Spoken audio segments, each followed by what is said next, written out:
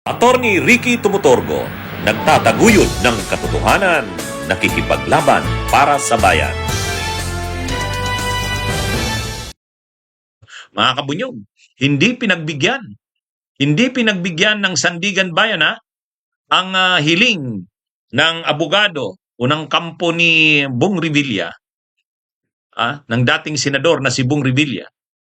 Hindi rin pinagbigyan ng PNP Ano yan Ang PNP, alam naman natin, under sa DILG yan. Ay ang secretary ng DILG, kaprobinsya niya, kababayan niya. Province mate niya, kabitin niyo, si SILG Junvic Rimulya. Ang hinihiling sana ng kampo ni Bong Revilla, dati naman siyang senador, siyempre VIP siya, kung pwede, doon naman siya sa PNP Custodial Center. Kasi nung 2014, nang nauna siyang nakulong, doon siya kinulong Kasama nila Jingo Estrada, may kanya-kanya silang bungalow. Sa'yo yung sarili mo yon, para kang may sariling kwarto, may sarili kang CR. Wala ka nga, hindi nga lang walang computer, pero at least may TV doon. May nakita na akong ganyan. Nung binisita ko si dating senadora ngayon Congresswoman Laila de Lima, sa PNP Custodial Center din yun. Yun ang gusto uli ni Bong Revilla. Kaya lang, sa press con pa lang ni Junvic Rimulya, sabi ni Junvic Rimulya, wala na yun, hindi na pwede dito yan. Kasi gigibain na itong mga building dito sa PNP Custodial Center, meron na kaming budget Hinihintay na lang namin ang permit ng DPWH, so wala. So ibig sabihin, ni-register, pinaalam na kaagad ng PNP sa Sandigan Bayan na hindi na pwede ang PNP Custodial Center. So wala na. Wala na. So anong nangyari kay Bong Revilla? Dinala dun sa Payatas. Nandun yung BJMP jail facility para sa Quezon City. Yan na rin yung unang binisita noon nila Junvic Rimulya. Yan na rin yung unang binisita nila noon na kapag may mga naaresto na mga akusado sa mga anomalya sa flood control, doon talaga dadalhin. Yung mga nahuli na, tulad ng mga officials ng DPWH ng Mimaropa, dinala na doon. Pati yung mga yung kasing mga officials saka yung mga officials ng Bulacan, doon din dinala. Sila Diskaya, dinala doon sa Lapu-Lapu City kasi ang kaso naman kasi noon sa Mindanao, yung sa Davao Occidental na ghost project yun mayroong desisyon ang Korte Suprema na wag na doon sa Mindanao, wag na sa Davao, doon na lang sa Lapu-Lapu City. Kaya doon dinala si Diskaya. Pati yung mga officials ng DPWH ng Davao Occidental, doon dinala. Pero itong si Bong Revilla, dahil Bulacan yan yung sa Pandian, dito talaga yan sa Sandigan Bayan. At ang Sandigan Bayan, malapit yan dun sa Payatas. Kaya para sa BJMP, mas gusto nila lahat ng mga naaresto, lahat ng mga akusado doon sa mga kaso sa Sandigan Bayan, doon na lang sa Payatas. Kaya lang siyempre, gusto ni Bong Revilla, may sarili rin sana siyang kulungan na siya lang.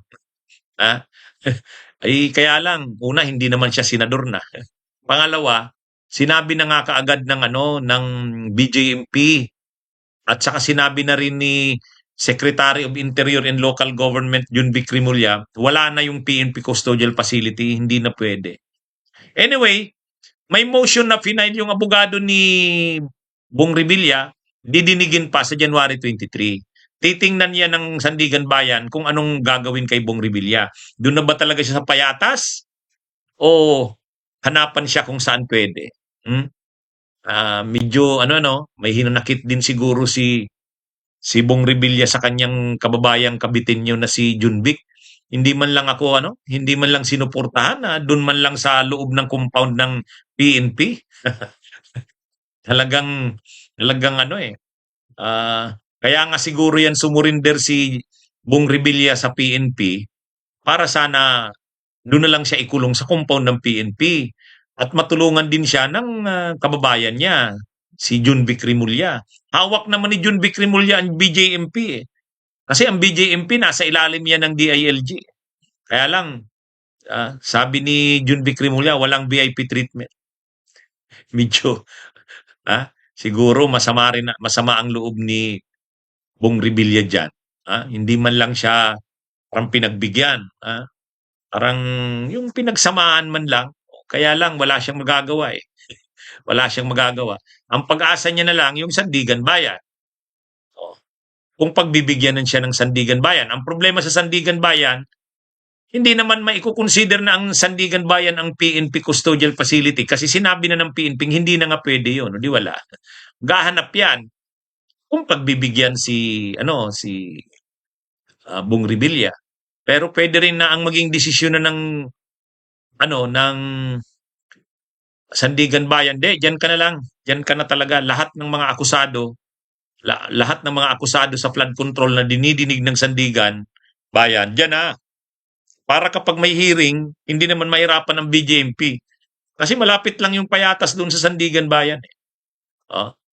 Anyway, ang nag-iisip na rin siguro nito, sila Jingo Estrada sa si Joel Villanueva. Iniisip din siguro nila. So pag kami rin pala na aresto, kung makasuhan kami at makulong, diyan din pala kami. Kasi wala na pala yung PNP custodial facility.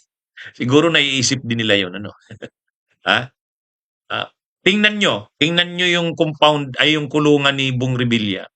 Mayroon silang mayroong sa isang kwarto, mga ilang kama ang nandun, may double deck. Ibig sabihin, makakasama ni Bong Revilla yung mga akusadong mga DPWH din ng mga officials. Si Bryce Hernandez, si Mendoza, Dumasig, kasama niya yan doon. Tapos magsishare sila sa isang CR. Isang CR. Ewan ko, dalawa yung nakita nating parang cubicles doon. Baka yung isa paliguan, yung isa sa CR. Hindi natin, pero dalawa lang ang Kaya gusto sana ni Bong Revilla, yung sarili niya rin yung kwarto.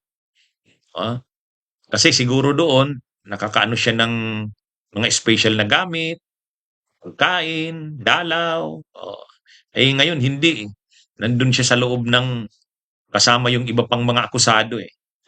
Yan yung Kaya naiisip siguro ni Bong Revilla, hindi man lang pinagbigyan ang mga simple kong kahilingan, nakakulong na nga ako. Anyway, ganyan talaga. Bunyog, bunyog, halikan na kasama ka. Bunyog, kapag buklod ay may pag-asa.